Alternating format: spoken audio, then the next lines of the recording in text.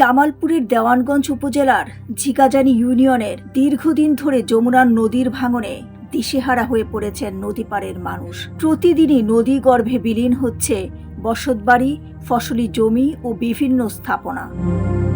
স্থানীয়দের অভিযোগ, বছরের পর বছর ধরে ভাঙনে শতাধিক ঘরবাড়ি, স্কুল সহ সরকারি স্থাপনা এবং একরের পর একর ফসলি জমি নদীতে চলে গেলেও কার্যকর কোনো পদক্ষেপ নেওয়া হয়নি। জনপ্রতিনিধিদের কাছ থেকে আশ্বাস মিললেও বাস্তবে তার কোনো প্রতিফলন দেখা যায়নি। সম্প্রতি দেওয়ানগঞ্জ ও গোলাবাড়ি এলাকার মানুষের একমাত্র যোগাযোগ সড়কের প্রায় ১০০ মিটার অংশ ভাঙনের কবলে পড়েছে।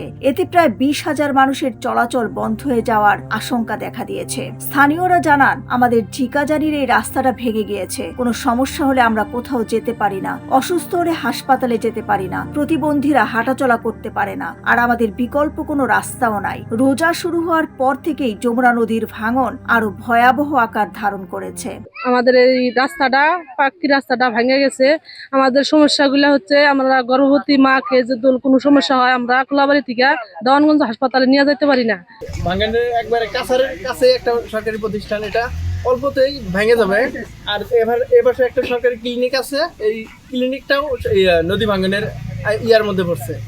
তাতে আমাদের এই পানি উন্নয়ন বোর্ডে জানানো হয়েছে, এগুলা কোনো পদক্ষেপ নেয় নাই এখন পর্যন্ত। ইতিমধ্যে গোলাবাড়ি গ্রাম সহ আশেপাশের অন্তত ৫টি গ্রাম নদীতে বিলীন হয়ে গেছে। জামালপুর পাওবর উপজেলা নির্বাহী প্রকৌশলী মোহাম্মদ নকিবুজ্জামান খান বলেন, এখানে প্রায় ১.৫ কিলোমিটার ভাঙন রয়েছে। তার মধ্যে আমরা ইমার্জেন্সি ১৫৭ মিটার প্রোটেকশন নিয়েছি গত বন্যায়। এখন আবার ২২০ মিটারের জন্য প্রস্তাবনা পাঠিয়েছেন বলে জানান তিনি। প্রায় ১.৫ কিলোমিটারের মতো ভাঙন রয়েছে।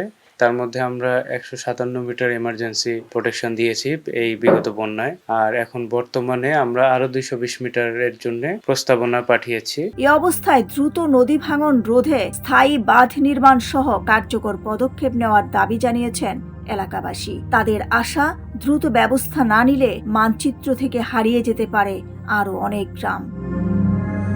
দিলরুবা খান, ন্যাশনাল ডেস্ক, সোনালী নিউজ।